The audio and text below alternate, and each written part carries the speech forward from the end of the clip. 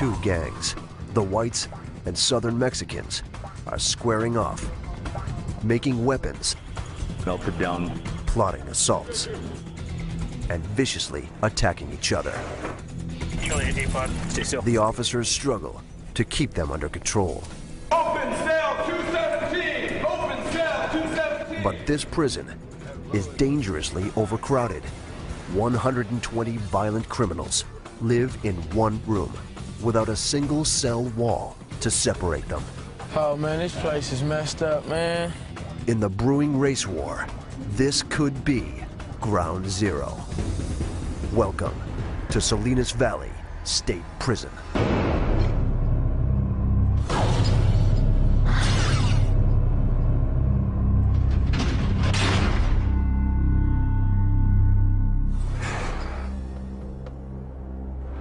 In one of California's most dangerous prisons, on one of the state's most violent yards, an inmate has just been stabbed.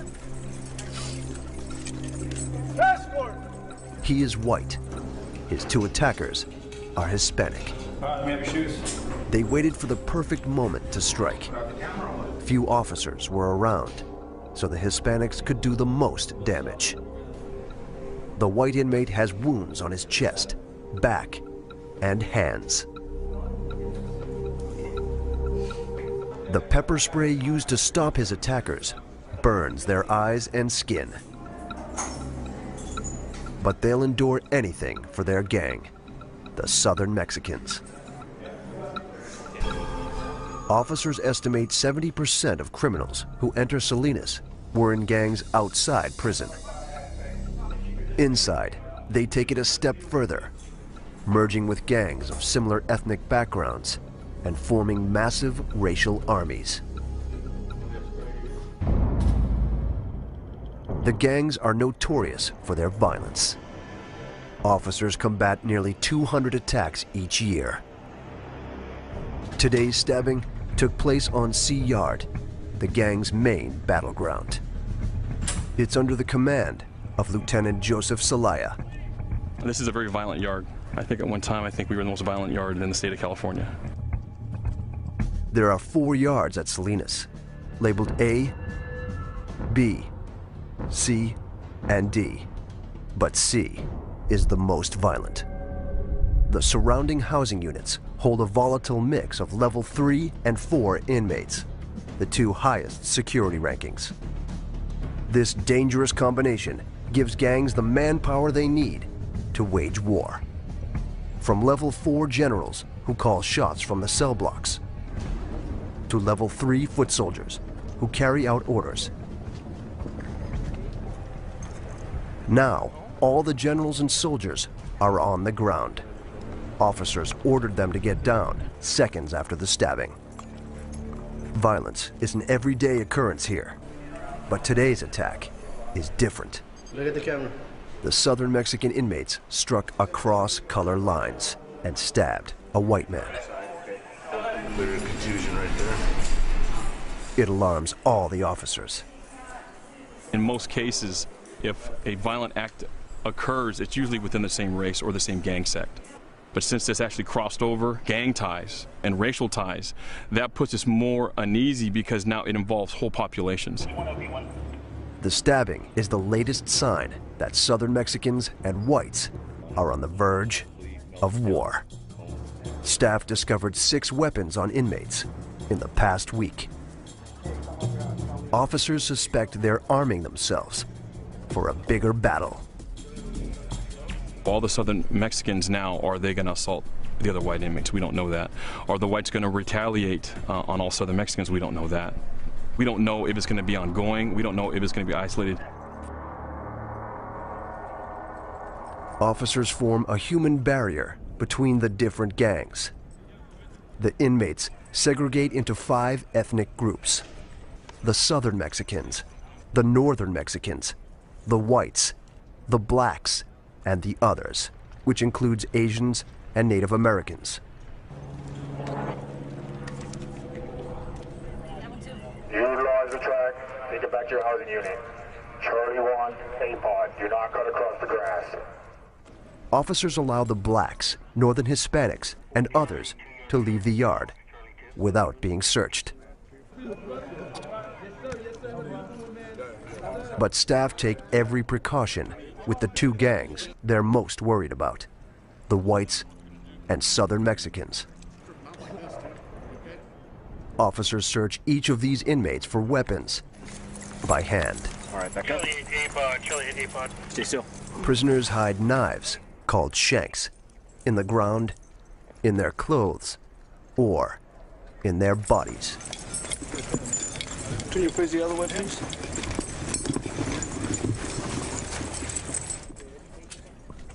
Officers handcuff all 130 inmates, then physically escort each one to his housing unit.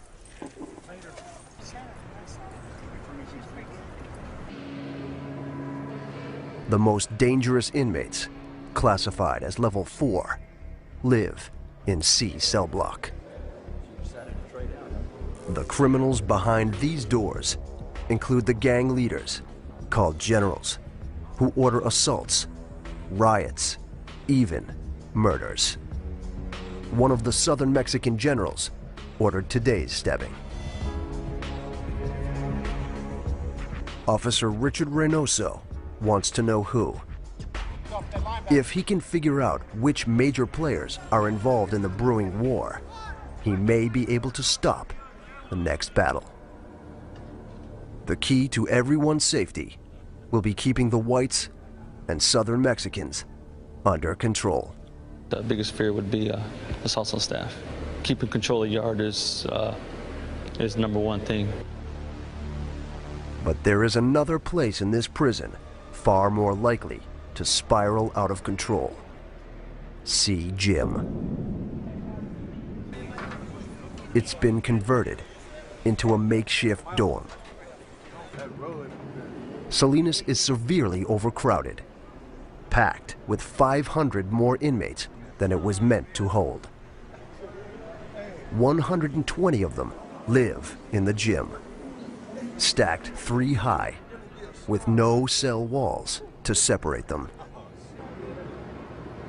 The crowded conditions increase tension between the groups, and their numbers are far from equal. The Southern Mexicans dominate with 63 inmates. There are 20 Northern Hispanics, 13 blacks, 14 others, and only 9 whites. The only thing that separates them are the gang and racial lines they draw. It's all really race. Everything is about race. We try to make sure, we stay together. Anything can happen at any given time. These inmates join gangs for protection. There is safety in numbers. They become the gang foot soldiers, doing whatever the generals command. But unlike their generals, the soldiers have short sentences, a few months or years. Any gang violence they commit will extend their time behind bars. This is the jungle. It's got insane rules, and you're going to have to live by them. Travis Evanoff and John Berry survived the last 6 months in C Gym by sticking with the whites. Both have only a few years left. Berry's in for robbing a gas station at gunpoint. Evanoff for assault with a firearm. If they can avoid war with the Southern Mexicans, they'll likely get out on time. But they must follow their gang's rules. Rule number 1, be willing to fight and die for your gang. It's not only about preserving yourself, it's about preserving who you hang out with. Rule number 2, respect every gang's territory. Your goal is just to navigate this place. You don't walk through another man's bunk area. You don't walk through another man's day room. You don't get in another man's shower stall. Rule number 3, never discuss gang business, what inmates call politics. So are there politics in here in the gym? That's something we can't talk about it, because after you guys leave, we have to live here, and we live by a certain set of rules. We can't discuss what's going on with other people's or any type of politics that would be in here. We cannot, it's something we just cannot discuss. Even if it could save their lives.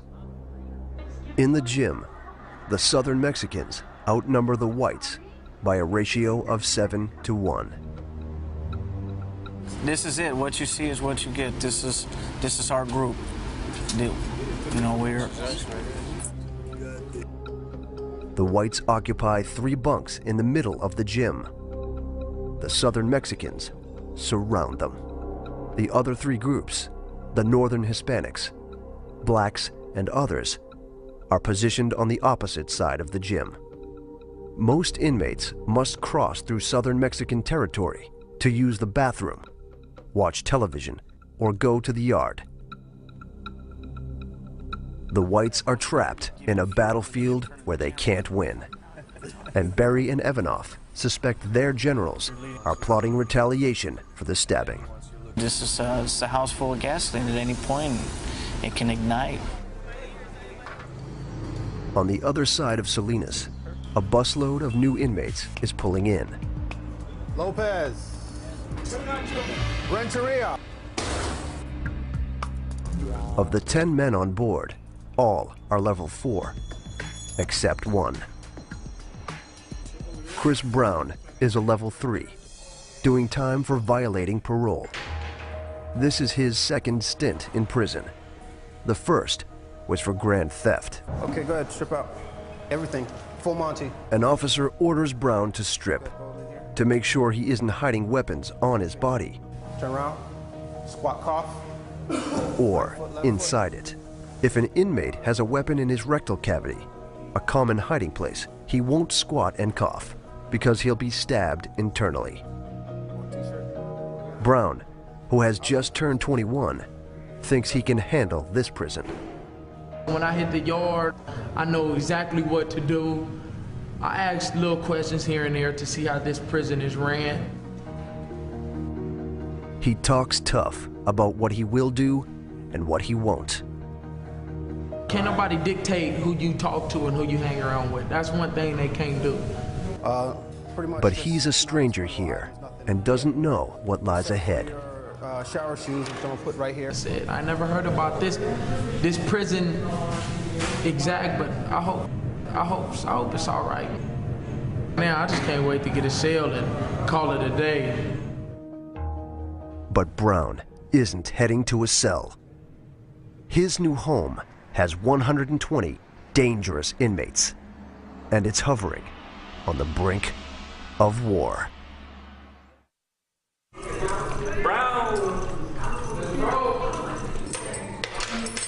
Coming out!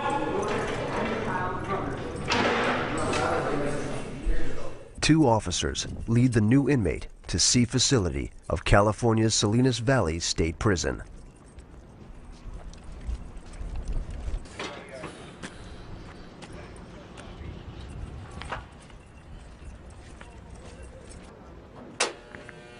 Behind these walls, a race war between the Southern Mexicans and whites is reaching a breaking point.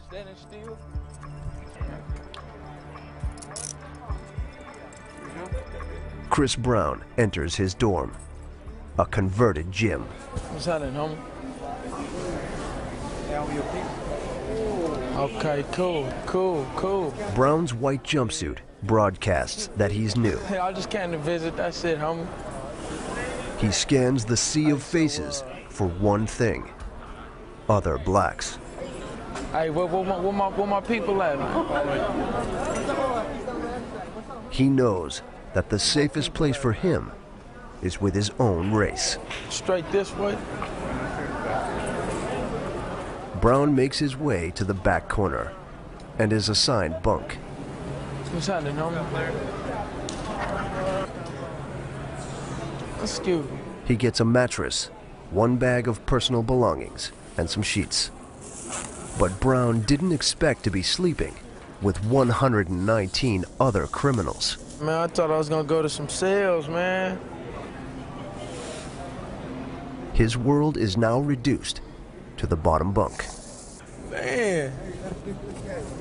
As he gets settled, other black inmates gather around him. Bakersfield. All right, stroller. With no bars to protect him, Brown knows his survival depends on these men. Nobody in here from Bakersfield? With each introduction, Brown identifies himself by his gang, the Crips. What's up, homie?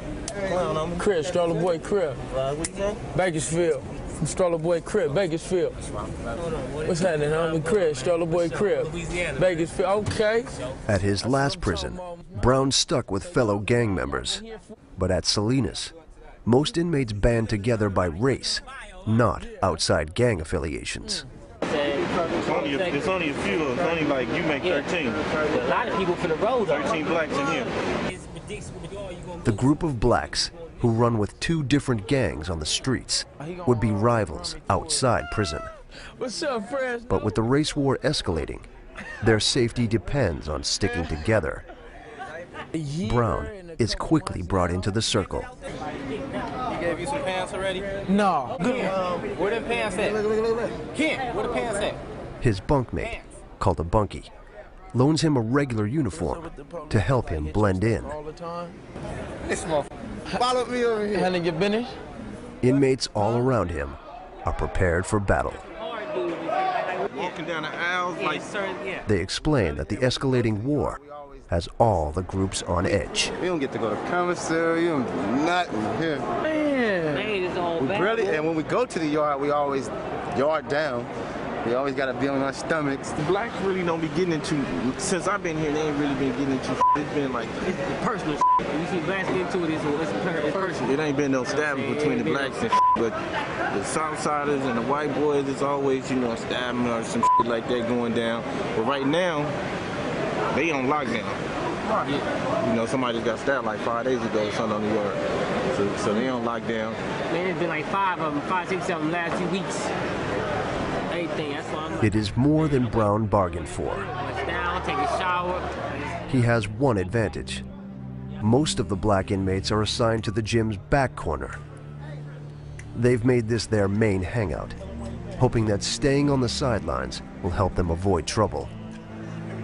Their survival strategy in the midst of the escalating war? Ignore violence between the whites and Southern Mexicans. Mind your own business in here. If you get in that you know, what's going on, you know what I mean? Why are you guys fighting? Next thing you know, we got a problem. See the dips that I do when I'm with it, because every day of the week is... To stay safe, the blacks avoid the most dominant group, the Southern Mexicans. This deadly gang has strict rules. Among them, no one talks on camera. It's like a secret society.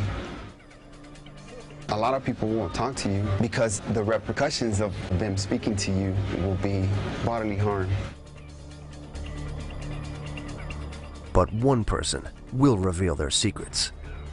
The inmate who used to command them. Some call me Cholo. I don't go by that name anymore. For a year and a half, Oscar Cristales was a CER general. He's serving life for murder.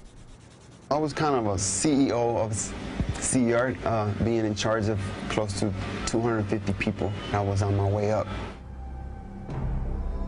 With each year behind bars, he rose in rank, fighting his way to the top with stabbings and assaults.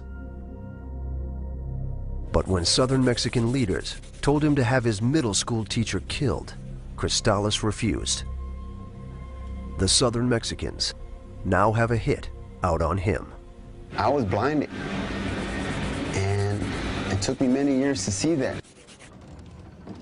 Now he lives in protective custody, away from the gang life he knows so well. Everybody was required to get up at a certain time, 5:30. You can't miss chow. In case something happened, you were there. CR was run as a military camp. When it was time for war, the orders came from his cell block. The generals would send messages into the gym in forms of kites or notes. They would be hidden in many places. They would be taken in and they would have to be read by the person who is the voice for the gym. They have to have someone there that takes the order and he passes it on to everybody else. And his soldiers had to obey. If someone was to say no, they would get stabbed. Cristales suspects today's escalating war started because the whites broke Southern Mexican rules. Every yard that it's run by Southerners, the whites have to abide by our rules. These are the consequences of people not bowing down to Southerners. We have the people, we have the weapons.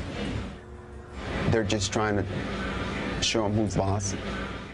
That's how I knew for a fact this ain't supposed to be here. Chris Brown doesn't know the Southern Mexicans' rules yet, but he's become fast friends with convicted drug dealer Philip Vaughn, nicknamed Louisiana.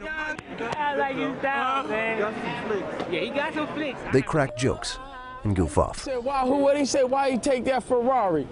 Why he didn't take that? Then, Louisiana offers to teach Brown how to avoid Southern Mexican territory. Every square foot is segregated. The first desks, the first 5. 1, 2, 3, 4, 5 is only ones we mess with. Okay, we don't go the first 5 desks. You know what I'm saying? You only mess with these right here. The rest of them, you know what I'm saying, down in the remainder, is the Southsiders and the whites. You know what I'm saying? Excuse me, see? You know what I'm saying? Damn. Brown could be stabbed for using the wrong toilet. Okay, this right here, this is what I'm saying, the sinks, we can brush your teeth, wash your face, you know what I mean? If it's an emergency, you need to use a tool, number 2, that's what it's for. But we use number 2s on all those right there, in that whole row. Pit stools, the 4 stools, emergency, it could be this one, you know what I'm saying? The sour area, you know what I'm saying? This one's ours right here. This one's right here. The other one up there is for the Southerners and whites, but it's ours right here. This one, if nobody's in line for that one, we can use that one. The most important rule, never walk through Southern Mexican bunk areas. If Brown does, they'll suspect he's going to attack. Everybody right here, we don't walk straight through the day room over here, man. It's just cut off right here. When you come through from over here, cut through right here. That's the day area.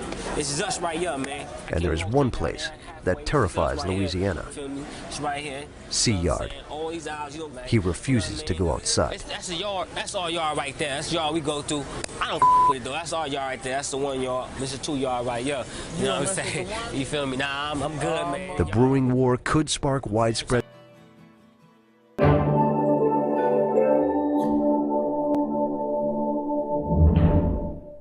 violence on the yard, forcing Louisiana to fight.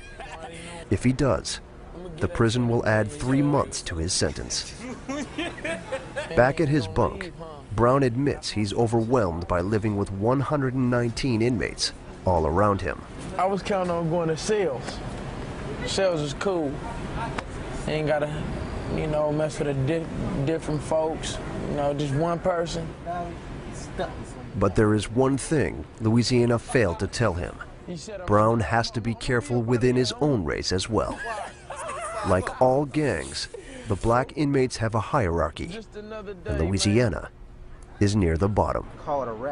Brown's bunkmate, Tico Mack, who goes by Holiday, is at the top, and he doesn't approve of Brown's new friend. Hey, you go buddy now. He gonna pretty much follow you anywhere you stuck. I try to warn you. Hey, I'm gonna tell you something like this, my guy. I know how to get rid of him, because I'm already knowing who's solid and who, you know what I mean? I'm gonna get at you, though, about that situation. You know him? Huh? You know him? Who? Dude. No. But I'm gonna let you know, you know. Best friends. Uh-huh. I thought y'all was best friends. Oh, no, we just chopping it. You know, I gotta meet Holiday, who's serving 7 years for armed assault, lets Brown know he has ways of getting rid of black inmates he doesn't like. You notice my other bunkie is gone, right? Huh? You guys notice he's missing. He's in the hole now for nothing. Oh, man, this place is messed up, man. Already. Brown finally realizes just how dangerous his new home is. This is it. That's all I got to look for until I get out. That's about it, man.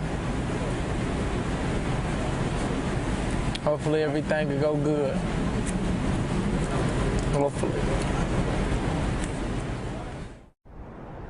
Outside C Gym, the yard is empty.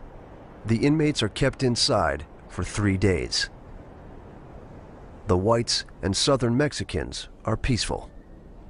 So on the 4th day, the prison allows inmates back outside.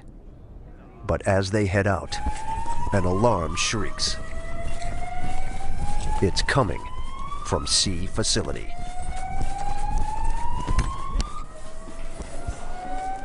All the way down.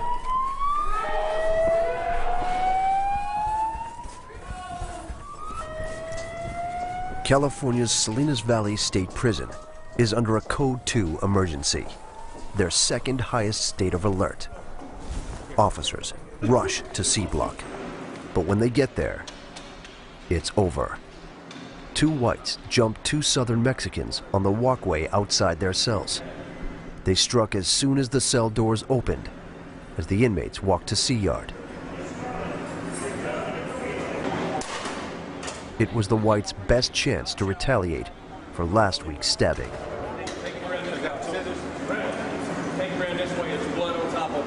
The white generals are sending a clear message. They will fight at any opportunity. It means Salinas Valley State Prison has a race war on its hands. The officers now know that recent violence between the 2 races was all interconnected. The past few weeks, we've had some major issues going on between these 2 races in the prison system. The whites and the Southern Mexicans, they've been assaulting each other, and this is what led up to today. To stop the attacks, officers put C facility on lockdown. Inmates are confined to their cells and bunks 22 hours a day. But the isolation won't stop 2 warring gangs. In fact, gangs often instigate lockdown on purpose to plot their next move. We go on lockdown whenever we want. We have control of everything that happens in the prison except the gates. Restricted to their cells, the whites and Southern Mexicans have time to make weapons, turning everyday items into knives and shanks. And they'll find ways to communicate their battle plans. If everybody's on lockdown, they will pay people. They pay them off with dope, money, to get a message to wherever they need to get to. All the foot soldiers can do is wait for orders. Prison is just, it's 2 things. It's boring and it's terrifying. Boring because nothing ever happens, and terrifying because anything can happen. The war makes new inmate Chris Brown nervous. He's struggling to adjust, something he'll only discuss out of earshot from the other inmates. When I walked into the gym for the first time, I thought it was gonna be pretty cool, you know what I mean? So I thought it was gonna be lovely. And that was, man, everything changed from there. Lockdown traps Brown in his bunk area. He leaves only for 3 meals and 1 shower a day. This week been hard, man. All you do is sleep, read. It ain't really been good. Brown won't go into specifics about the war. If he's learned one thing, it's that discussing gang politics is strictly off limits. What goes on the yard stays on the yard, you know what I mean? And that's how it is here. That's how it is in prison. His revelations came at a high price. In his short time here, he's already made a terrible mistake. I did a little something I shouldn't have did already. You know what I mean? Walked in a different, in the Southsiders area on accident, you know, and my people talked to me about that. Black inmates had to apologize to the Southern Mexicans. For the black group, which is trying to lay low, it was unwanted attention. He won't make that mistake again, you know what I mean? He's a grown man. He's not going to keep just deliberately up. Let's go. If Brown messes up again, his own race could turn on him. Just a few days ago, they suddenly forced out one of their own. Louisiana is gone. The other black inmates scared him so much, he asked to be put in protective custody, the ultimate shame in other inmates' eyes. He refuses to come out of his cell, and Holiday won't say exactly what happened. Louisiana had several passes and several opportunities to be a man. He couldn't step up to the plate, so he had to go, plain and simple. Holiday wants his fellow blacks to take their surroundings seriously. You got anything to say on that, man? Especially in the midst of a war. It's not really funny in here. We might crack a joke and everyone laughs, but as far as walking around giggling like an idiot, you can't do that, man. You see, something's gonna happen to you. I'm gonna stop right there. Yeah, I'm gonna stop right there. Get that head crack wide open. Brown says he's ready to fight. We gotta stick together. That's what we gotta do. If it's three of us, if it's gonna happen, it's gonna happen. But we soldiers, man, we gonna go out right. You know what I mean? But the soldiers of C. Gym are up against another powerful group, the prison's gang investigation unit. So you know who's who. Officer Reynoso gave them a lead that may help stop this war from escalating. All right, guys. He's learned high-ranking gang members in 2 cells may be making weapons for the warring gangs. One cell is white. The first target's going to be Inmate Smith. The other is Southern Mexican. The team gathers to prepare for a raid. Then let's get ready to move. The inmates could become violent, using weapons against the officers. But it's the best chance the team has to stop the next battle. They'll go in at 0500 hours. Before sunrise, the gang investigation team gathers outside C facility of California's Salinas Valley State Prison. They need to catch the white and Southern Mexican inmates by surprise before they dispose of weapons or drugs. They sneak into the Southern Mexican cell block. But the inmates hear them coming. He's flushing. Crack it. Go! Down! Officers cut the water supply Push it on! and blast in pepper spray. Within seconds, the inmates relent. Open cell 217! Open cell 217! Stay right here.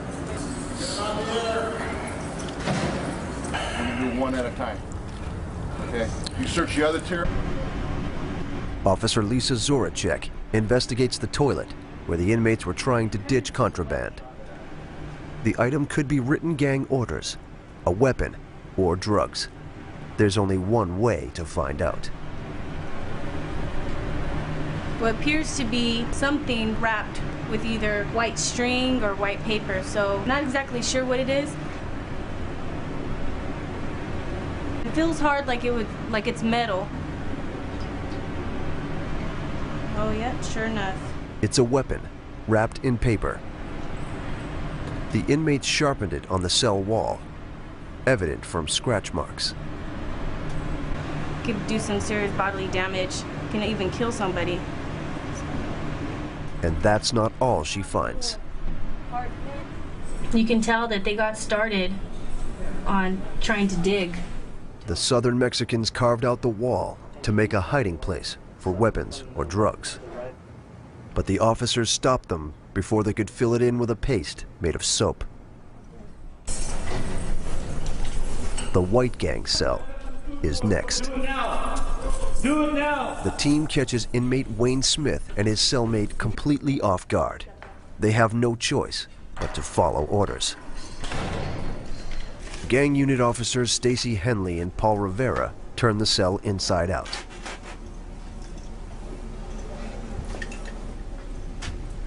They discover a shank hidden in a sock.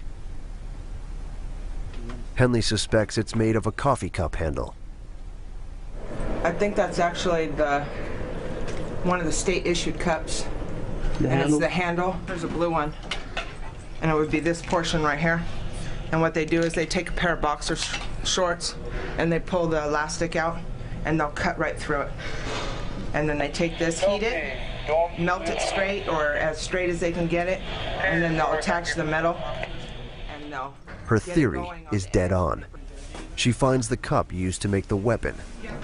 So this is the cup that we believe that they used to make that weapon out of. And as you can see, what they do is they cut off the end, straighten it, and then place their metal stock on there. See what kind of letter it is. Then the officers find something big, a ripped up inmate letter known as a kite. This is how the inmates communicate from one pod to another. They'll give it to someone to run from pod to pod or building to building. He said he had to take care of some debts, so he's only got one packed round. The kite may order the white gang to carry out a hit against the southern Mexicans. Officer Henley immediately pieces it together. The information on here can be anywhere from narcotics to planned assaults. Henley discovers the kite was sent from an inmate to the target of the cell search, Wayne Smith. I'm in a dilemma, and I could really use that tool because I already promised them to Kenny. The writer promises Smith drugs in exchange for a weapon. It means more whites may be armed, and Smith, an influential white gang member, isn't about to say who. I have nothing to say about that one. Smith is serving 200 years for 8 counts of armed robbery. He's being held for questioning in a 3-by-3-foot metal cage. Smith's been in C facility for nearly a year and on lockdown for all but 2 weeks. The idle time has put him on edge. It goes on for 6 months, 8 months, a year, and then going into 18 months. It's, you know, it's hard not to have tension in there all the time. The foot soldiers heard about the cell raids, and no weapons could already be in the gym. They're trapped, restricted to their 5-by-6-foot bunk areas. As you can see, we're on bunk status. We're confined to this coffin-like space. Idle hands are no good in this place. You get idle hands, you start thinking about stuff. And if you start thinking, your mind drives you crazy. John Berry and Travis Evanoff worry the next battle in the war will involve them. Well, everybody in this gym has a date. A few months to the house, maybe a year or two, where the people on the yard are lifers. They're never going home, and this is their world. This isn't our world, we're just visitors. If they fight for the whites, their sentences may be extended. If they don't, fellow whites could assault or stab them. Just have to actually pray and hope that nothing's going to happen in between now and then. It's going to keep us in this up prison.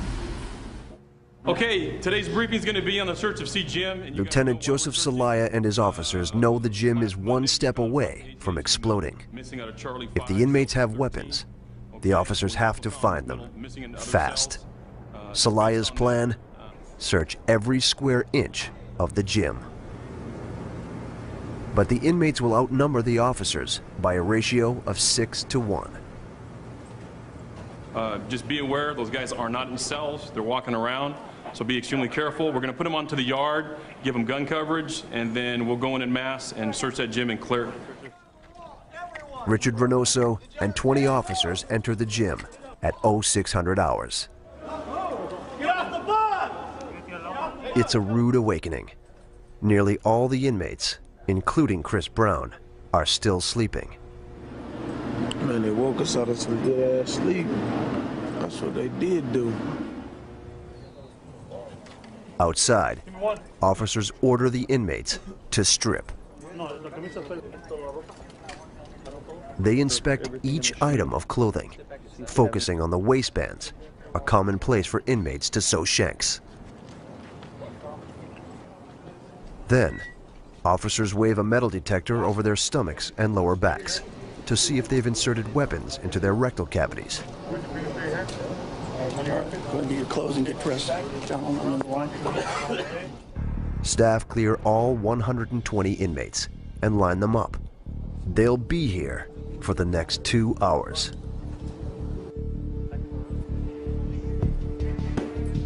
We've had numerous stabbing assaults. Cell fights, we had people request for protective custody. And when they were protective custody, they gave up information where weapons were stored. So that's part of the reason why we did searches of the gym. The officers hit pay dirt. They discover 3 shanks made of a toothbrush, a coffee mug, and broken bunk parts. Any of them could kill an inmate or an officer. It appears Brown's initiation is complete. He now understands Salinas Valley State Prison and their strategy to survive. But tonight, all the inmates may be sucked into the race war because the battle is about to begin. As night falls at California's Salinas Valley State Prison, the gym is seemingly normal, with inmates reading, listening to music, and watching television. But that ends as soon as our cameras leave. At exactly 8 o'clock, as 4 whites gather for the season premiere of their favorite show, Prison Break, 20 Southern Mexicans emerge from the bunk areas and attack. Other white inmates see the riot and rush to help. But they manage only a few punches before they're knocked unconscious. The Southern Mexicans are armed with crude shanks and batteries they swing in socks. Now, the whites' bunks are stripped bare. For their own safety, they're in administrative segregation, known as the Hole. This is Salinas Valley's most secure unit, where inmates are locked in their cells 23 hours a day. The whites wear handcuffs wherever they go, and are only allowed to talk to us from inside metal cages.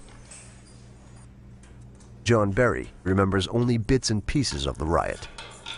I heard fist cracking. I looked over and saw that it was a racial riot between us and the Southsiders. And so I ran over there and got involved to try to help out. Because there was so many of them and there was so little of us, I had to try to help out as much as I could. All 9 white inmates were badly beaten.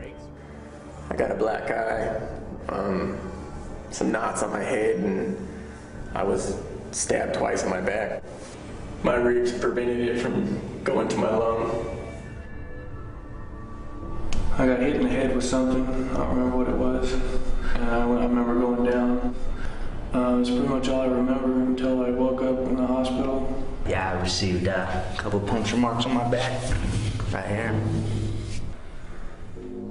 The riot scared Travis Evanoff so much, he'll no longer appear on camera.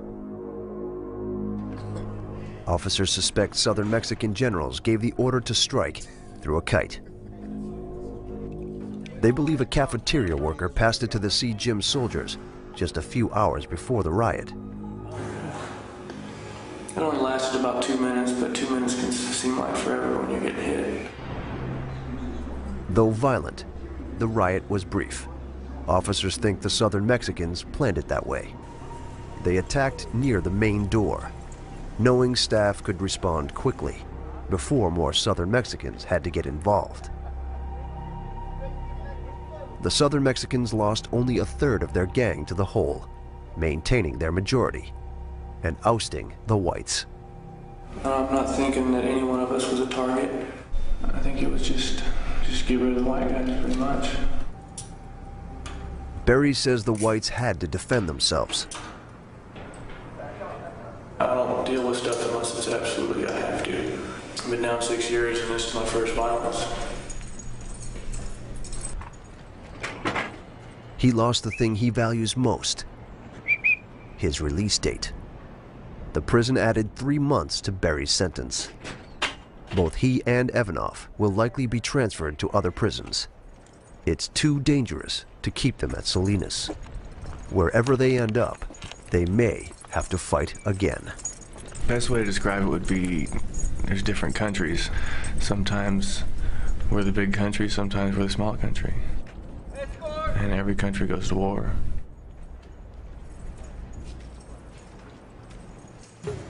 In the gym, the black gang's strategy of laying low paid off.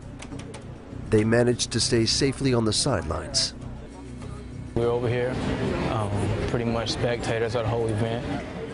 The white guys are gone now. It's probably for their best, for their safety right now, man. They can't be in here, dude. While that going on, it's not gonna stop. So either get them out of here or send notices to their families, you know what I mean? Because they're gonna get buried, man.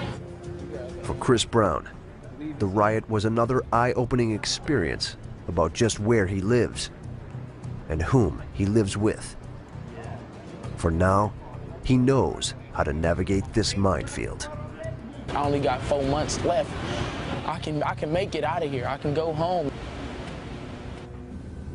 The riot proves to officers this war is just beginning.